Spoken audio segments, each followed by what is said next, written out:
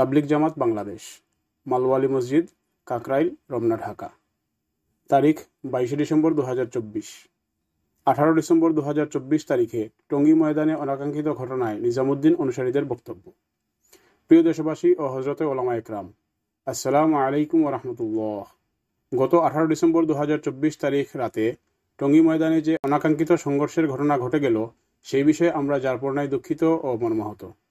আমরা জানি আমাদের এই দুঃখ প্রকাশ বা মর্মাহত হওয়া দুই পক্ষের নিহত ব্যক্তিদের আর কোনোদিন তাদের পরিবারের কাছে ফিরিয়ে আনবে না।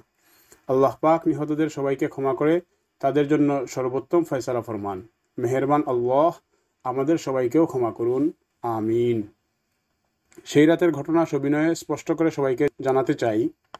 17 ডিসেম্বর রাতে আমরা নিজামুদ্দিন মার্কাজের অনুসারীগণ আগে থেকে নির্ধারিত আমাদের জুড়ে অংশগ্রহণের জন্যই শুধুমাত্র টঙ্গী বিশ্ব ইজতেমা ময়দানের পশ্চিম পারে একত্রিত হই এবং শান্তিপূর্ণ অবস্থান নেই। ওই রাতে টঙ্গী ময়দানে তাবলিগের সাথীদের প্রবেশ করার ব্যাপারে আমাদের নিজামুদ্দিন অনুসারী আহলে সুরাদের তরফ থেকে কোনো রকম অনুমতি বা প্ররোচনা ছিল না।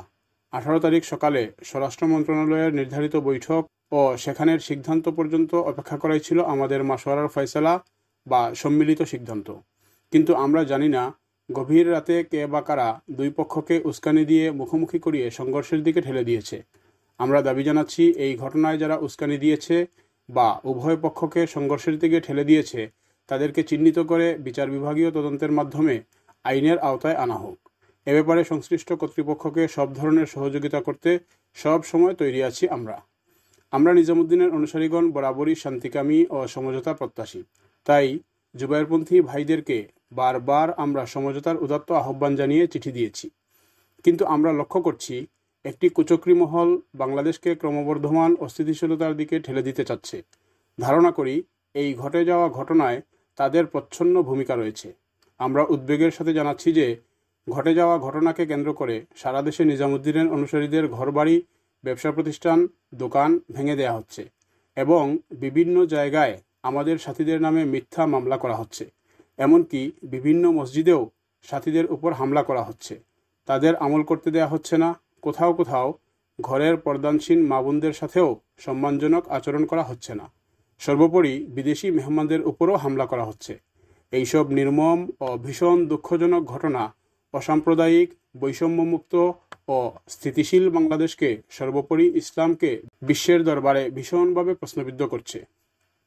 আমরা বলতে চাই, আমরা নিজামুদ্দিনের অনুসারীগণ এই দেশেরই নাগরিক। কোনো রকম সহিংসতা ও সংঘাতের পক্ষে নই। আমরা বাংলাদেশ প্রশাসনের কাছে আমাদের বিনীত আবেদন থাকবে, ঘটে যাওয়া ঘটনা আপনারা নিরপেক্ষ তদন্ত করুন, প্রকৃত দোষীদেরকে চিহ্নিত করুন এবং তাবলিগের উভয় পক্ষের জন্য সমঝোতামূলক ও ইনসাফপূর্ণ সিদ্ধান্ত নিয়ে দেশকে যে কোনো অস্থিতিশীলতা ও বিশৃঙ্খলা থেকে নিরাপদ রাখুন। ওলামা হজরতগণের কাছে আবেদন, আপনারা কোনো তড়িৎ সিদ্ধান্ত নেবেন না। দয়া করে অপেক্ষা করুন। নিশ্চয়ই প্রকৃত দোষী ব্যক্তিদেরকে বাংলাদেশ প্রশাসন আইনের আওতায় নিয়ে আসতে সক্ষম হবে। কোনো পরিস্থিতিতেই আইন বা বিচার নিজেদের হাতে তুলে নেওয়া শরীয়ত ও বাংলাদেশের সংবিধান সমর্থন করে না। এমতাবস্থায় সংশ্লিষ্ট সকলের প্রতি আমাদের উদাত্ত আহ্বান, সারা দেশে যেসব সহিংসতা হচ্ছে তা দেশের জন্য ভালো কিছু বয়ে আনবে না, বরং এটাই সত্যি যে সহিংসতা টেনে আনে সহিংসতাকেই। নিজামুদ্দিনের অনুসারীদের বলছি, শত উস্কানির মুখেও আপনারা সহিংসতা উস্কে দেয় এমন কোনো আচরণ করবেন না, বরং প্রয়োজনে আইনের আশ্রয় নেবেন। নিজামুদ্দিন মার্কাজের অনুসারীদের পক্ষে মাওলানা মোহাম্মদ মোশাররফ হুসাইন, শুরা, তাবলিগ জামাত বাংলাদেশ।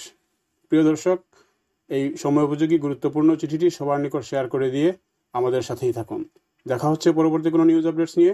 সেই পর্যন্ত বিদায় নিচ্ছি। আল্লাহ হাফেজ। আসসালামু আলাইকুম ওয়া রাহমাতুল্লাহ।